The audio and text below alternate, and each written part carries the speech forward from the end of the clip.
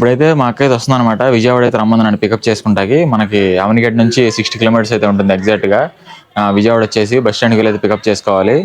బస్సుకి రమ్మంటే వచ్చి పికప్ చేసుకో, బైక్ మీద వెళ్ళాలని ఉంది. సరే అని చెప్పి బైక్ అయితే తీసాను. ఇప్పుడు మనం అయితే ప్రెసెంట్ అయితే మనం ఇప్పుడు మన క్లాసిక్ 350 మీద అయితే వెళ్తున్నాము. ఇది మనం రీసెంట్గా తీసుకున్న బైక్. ఇది మన వీడియోలో ఎప్పుడు కంటిన్యూస్ చూసిన వాళ్ళకైతే అప్డేట్స్ అయితే వస్తూ ఉంటాయి మనం ఏం చేస్తున్నాం అనేది. చెప్పాను కదా ఆల్రెడీ మా పాత ఇంటికి అయితే వచ్చామని చెప్పి. ఇది మా పాత ఇల్లు అనమాట.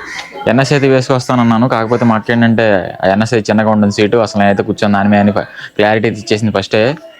ఇక బుల్లెట్ మేళకి తప్పదు మనకి. ఒకసారి అయితే మనం ఇప్పుడు ఫోన్ చేద్దాం. నాకు కొన్ని డిమాండ్స్ ఉన్నాయి. ఈ డిమాండ్స్ తీరిస్తేనే వస్తానని చెప్తాను, విజయవాడ లేత రానని చెప్తాను.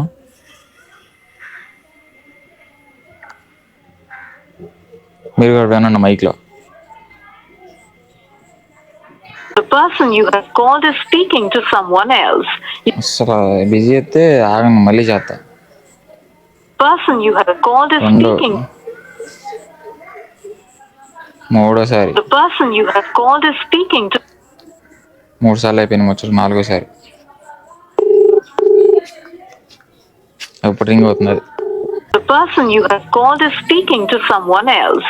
అసలు బిజీ అయితే ఆగండి, మళ్ళీ చేస్తా. Person you have called is speaking. మూడోసారి దూల మనకి. హలో అక్క, ఎక్కడి వరకు వచ్చావు? చూడండి మ్యాప్స్ లో. అవసరంలా, ఇంకో గంటన్నర పట్టిద్దా? కదా ఏ బుల్లెట్ వేసుకుని వస్తున్నా మరి. 9:10 పల్సర్ వేసి రానా? పల్సర్ వద్దు, ఏ నేను కూర్చోలేను. అదే బాగుంటదే. కూర్చోలేను నేను. మరి బండి మరి ఇది వేసుకొత్త, ఆయిల్ కొట్టేయాలి, తొడవాలి మరి ఇంటికి వచ్చినాక. ఏంటి దుమ్మ అయింది మరి. మళ్ళీ నేను వచ్చినందుకు నాకు బేటా డబ్బులు మరి. బస్సే కదా, ఆల్రెడీ రెడీ చేసి అటు పెట్టేసాం మొత్తం.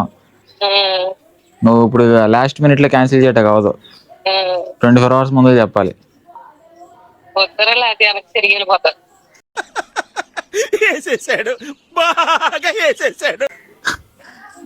తిరిగి వెళ్ళిపోతాయండి ఇక్కడ దాకా వచ్చి. సర్లే 100 రూపాయలు డిస్కౌంట్ ఇస్తాలే. సరే వస్తా. బస్ టికెట్ ఎత్తాను ఎక్కువ. మరి ఆయిల్ వస్తాయి మరి. Up and down charge collect చేస్తారు మరి.